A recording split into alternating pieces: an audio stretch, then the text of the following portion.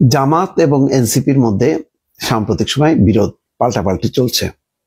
এর মধ্যে secretary general জামাতের মিয়া গোলাম পরোয়ার তিনি একটা বক্তব্য দিয়েছেন একটু অন্যরকম ভাবে, যে জন্ম নিয়েই বাপের সঙ্গে পাল্লা দিও না।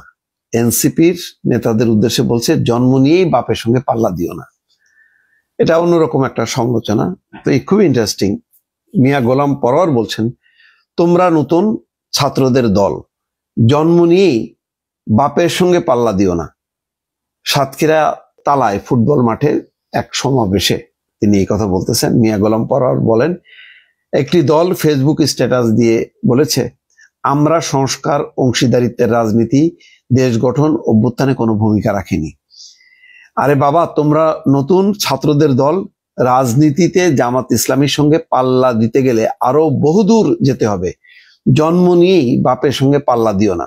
কথাটা ইন্টারেস্টিং। এটা সত্য যে তাদের অভিজ্ঞতা আছে, কিন্তু এটাও সত্য তো আবার যে অভিজ্ঞতা থাকা সত্ত্বেও এই ছাত্রদের যে নেতৃত্বে তাদের সাহস, তাদের উদ্যম, তাদের কৌশলেই শেষ পর্যন্ত পরাজিত হয় শেখ হাসিনার মতন একটা জগদ্দল পাথর, যেটা 15 বছর মানুষের উপরে, বাংলাদেশের উপরে চেপে বসেছিল। এই পাথর তো কেউ সরাতে পারেনি। এত অভিজ্ঞতা এই বাপ হিসেবে দাবিদার জামাতের নেতাদের, তারা তো পারেনি, বিএনপি পারেনি, অন্য কেউই পারেনি, এটা সত্য।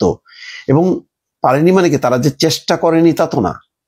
এবং এই লড়াই সংগ্রাম করতে যে তাদের প্রচুর নেতা কর্মী হতাহত হয়েছে, তাদের ত্যাগ কম না।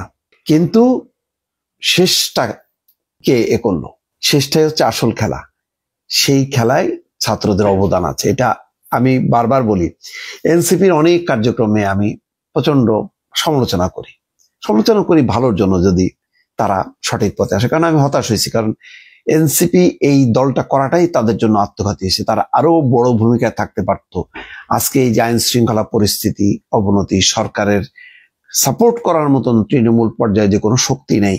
এই তরুণরা যদি সর্বদলীয় ভাবে ওই বৈষম্য বিরোধী ওই ব্যানারেই থাকতো, তাহলে মানুষের জন্য, সরকারের জন্য, রাজনীতির জন্য ভালো হতো।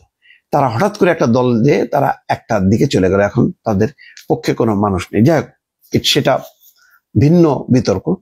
কিন্তু যদি আপনি মনে করেন স্বাধীনতা মুক্তিযুদ্ধের আলোচনায় তার নেতৃত্বে তো আওয়ামী লীগ, এটা কি অস্বীকার করা যাবে না। আবার বাংলাদেশের চরম দুঃশাসন, স্বৈরশাসন প্রতিষ্ঠা করছে আওয়ামী লীগ, এটাও কি অস্বীকার করা যাবে না। তেমনি ছাত্ররা আজকে রাজনীতিতে এখন পর্যন্ত ধরেই ব্যর্থ হইলো, কিন্তু ওই সময় কি তারা সফল না?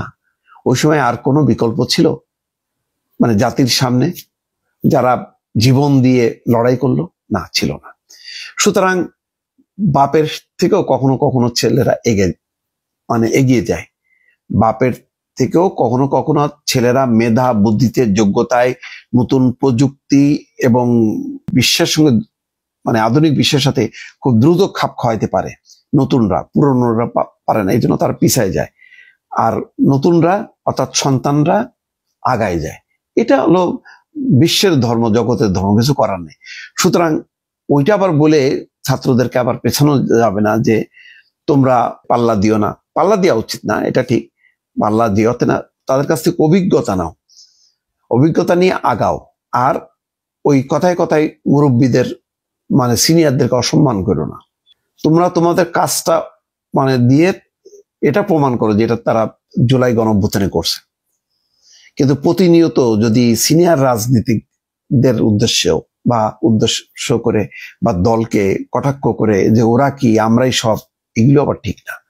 সুতরাং এই ভারসাম্য বজায় রেখে যদি এনসিপি নেতারা চলতে পারে, ভালো রাজনীতির জন্য।